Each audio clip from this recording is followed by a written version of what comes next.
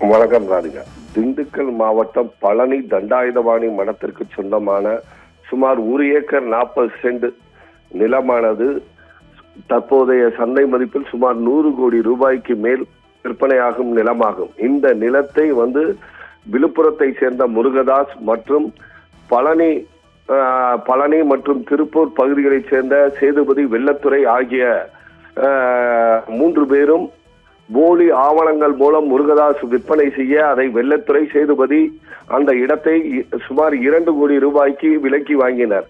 இந்த வழக்கு சிபிசிஐடி விசாரணையில் இருந்து வருகிறது. சிபிசிஐடி விசாரணை நடத்திய போது பழனியைச் சேர்ந்த வழக்கறிஞர் அன்வர்தீன் என்பவர்தான் இந்த பத்திரத்தை பதிவு செய்வதற்காக பத்திரத்தை தயார் செய்து கொடுத்தார் என அவரை கைது செய்தனர்.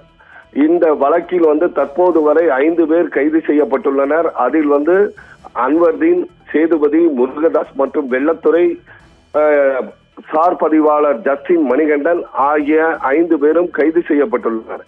இந்நிலையில் கைது செய்யப்பட்ட நபர்கள் மதுரை மத்திய சிறையில் 4 பேரும் அடைக்கப்பட்டிருந்தனர்.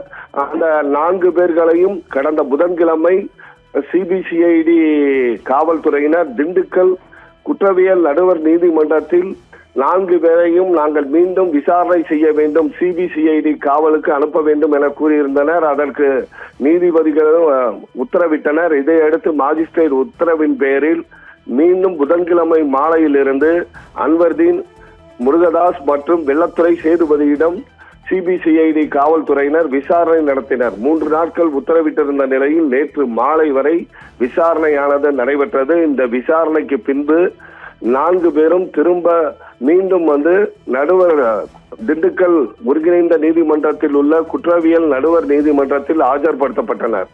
அதில் அன்வர்தீன், சேதுபதி மற்றும் முருகதாஸ், வெள்ளத்துறை ஆகிய 4 பேரையும் மீண்டும் மதுரை மத்திய சிறையில் அடைப்பதற்கு மேஜிஸ்ட்ரேட் உத்தரவிட்டிருந்தார். இந்த உத்தரவின் பேரில் 4 பேரும் நேற்று மாலை மதுரை மத்திய சிறையில் மீண்டும் அடைக்கப்பட்டனர். இதையடுத்து நள்ளிரவில் அன்வர்தீனுக்கு திடீரென உடல்நலக்குறைவு ஏற்பட்டுள்ளதாக கூறப்படுகிறது.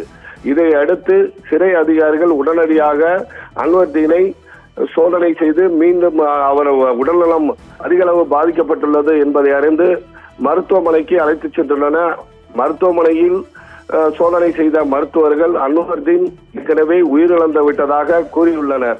100 கோடி ரூபாய் மோசடி வழக்கில் முக்கிய குற்றவாளியாக சிபிசிஐடி அதிகாரிகளால் கூறப்படும் அன்வர்தீன் இவர்தான் பத்திரப்பதிவுக்கு உண்டான பத்திரங்களை தயார் செய்தார், அதேபோல் சாட்சியும் போட்டார் என கூறப்படுகிறது.